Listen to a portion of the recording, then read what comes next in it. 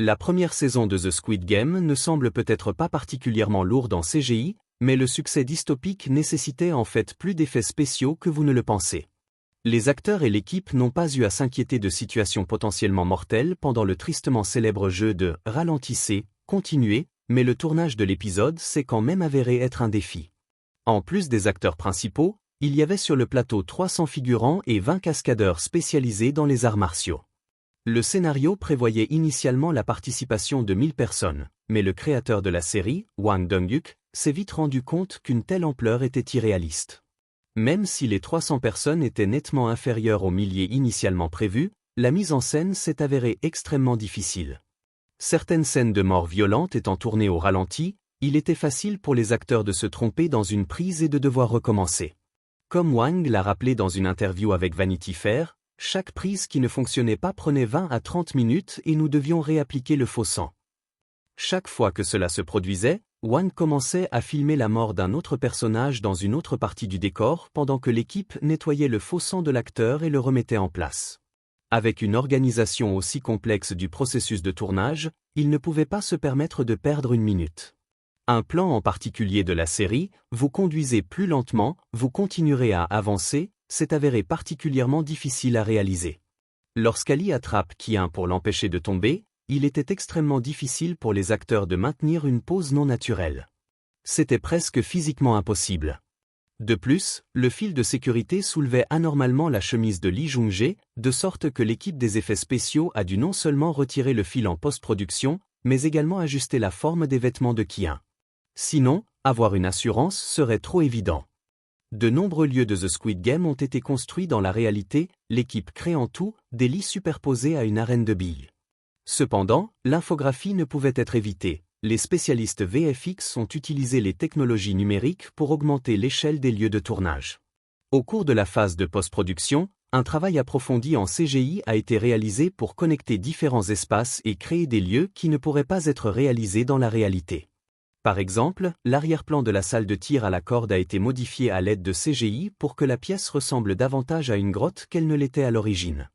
L'équipe a construit de véritables plateformes de tir à la corde, mais les acteurs n'étaient pas près du sol, à l'exception de certaines scènes où les personnages étaient tirés par-dessus le bord de la plateforme.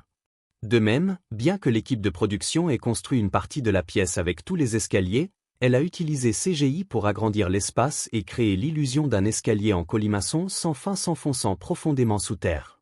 Le fond peint de l'arène, allez plus lentement, vous irez plus loin, est en réalité une infographie, ce qui peut paraître étrange compte tenu de la possibilité de sa création physique. Pourquoi l'équipe VFX a-t-elle décidé d'utiliser un écran bleu au lieu des décors habituels? La raison est simple, Hwang Dong-hyuk n'avait pas encore pris de décision finale en matière de conception lors de la création des décors, le CGI a donc fourni la possibilité d'apporter des modifications plus tard. Hwang voulait à l'origine rendre les murs de l'arène plus colorés. Cependant, le superviseur des effets visuels, Jung Jeon, a proposé un concept différent. Comme il l'a expliqué dans une interview avec The Visual Effects Society, nous avons décidé de créer une sorte de zone tampon pour le premier épisode, car si tout était tout de suite trop coloré et flashy, le public pourrait le percevoir comme quelque chose de frivole. Jung a également fait un parallèle avec le film The Truman Show, où le monde artificiel semble presque réel, mais conserve toujours un subtil contre-nature. Hwang a finalement opté pour un design suffisamment réaliste pour paraître crédible, mais suffisamment artificiel pour créer un sentiment de malaise chez les spectateurs. Les arènes de jeu n'étaient pas les seuls décors créés avec VFX, où les environnements en dehors des jeux nécessitaient également un traitement numérique. Par exemple, la célèbre vue aérienne de l'île à la fin du premier épisode aurait été complètement différente sans les effets visuels. L'immense arène au toit rétractable a en fait été filmée sur un petit terrain avec quelques salles de stockage, tout le reste a été ajouté à l'aide d'infographies. De même, la scène où les voitures quittent le ferry et entrent sur l'île n'est pas ce qu'elle paraît. Comme l'explique Jung Jeon, même si les téléspectateurs pensent que le tournage a eu lieu sur une véritable île, il s'agissait en réalité d'un lieu normal sur le continent sud-coréen. Dans cet endroit enclavé, l'équipage a utilisé un plan d'eau existant, puis a ajouté tout le reste à l'aide de CGI.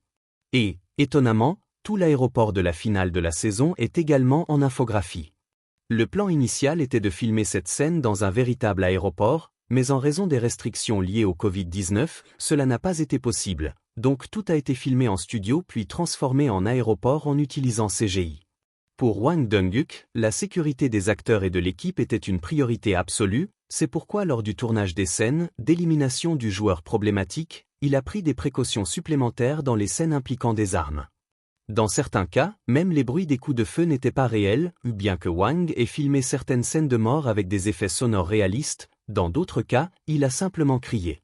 Chaque fois qu'il faisait cela, Lee Jung-jae et les autres acteurs tressaillaient aussi naturellement que s'ils avaient entendu un vrai coup de feu.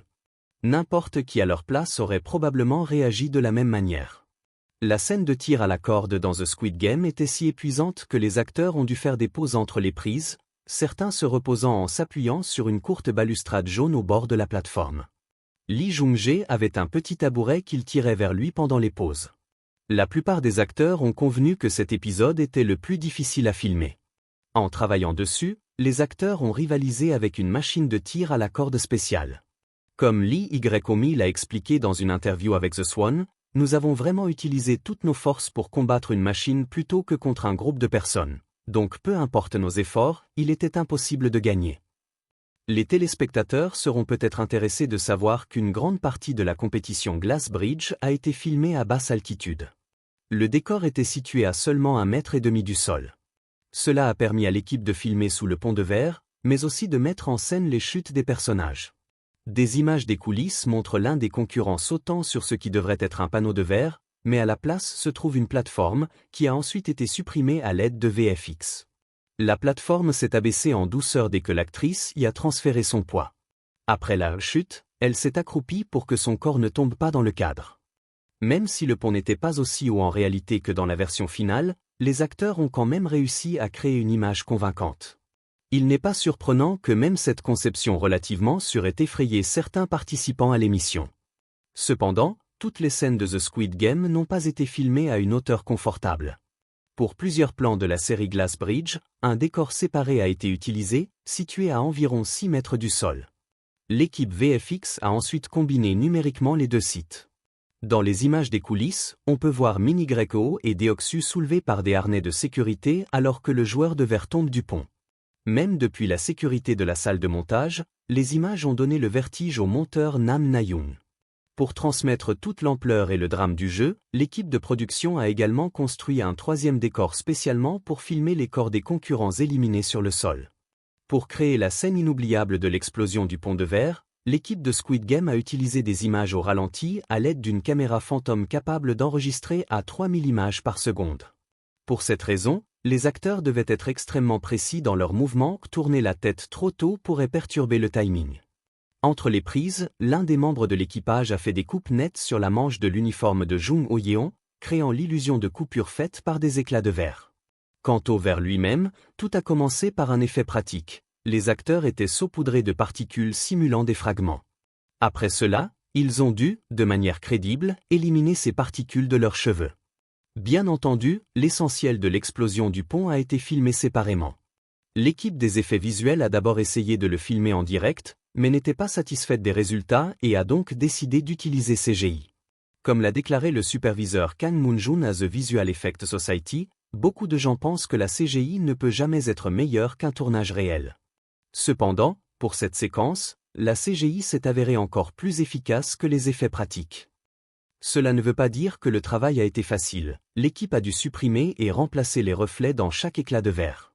L'un des épisodes les plus intenses de The Squid Game a été la confrontation finale entre Ki-1 et Sang-woo. Il a été filmé au même endroit que le jeu, allez plus lentement, vous irez plus loin, mais le décor était très différent.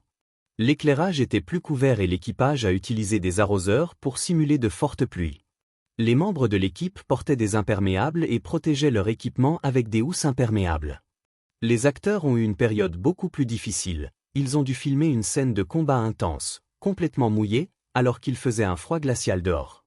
Comme Lee Jung-jae l'a rappelé dans une interview avec Entertainment Weekly, le tournage a eu lieu en hiver, quand il faisait très froid. Je me souviens que nous avons filmé cette scène pendant environ 4 jours sous une pluie artificielle, ce qui était incroyablement difficile à la fois émotionnellement et physiquement. Même certains des plans les plus ordinaires de The Squid Game seraient complètement différents sans effets spéciaux. Par exemple, les plafonds de la plupart des arènes ont été ajoutés numériquement après le tournage. Dans l'arène rouge, les murs du décor étaient légèrement plus hauts que l'écran bleu, ce qui les faisait projeter des ombres sur le sol qui ne correspondraient pas à la scène finale entièrement montée. L'équipe VFX a donc dû supprimer numériquement certaines ombres. Tirer sur la tirelire géante avec l'argent du prix s'est avéré être une tâche difficile, contrairement aux attentes.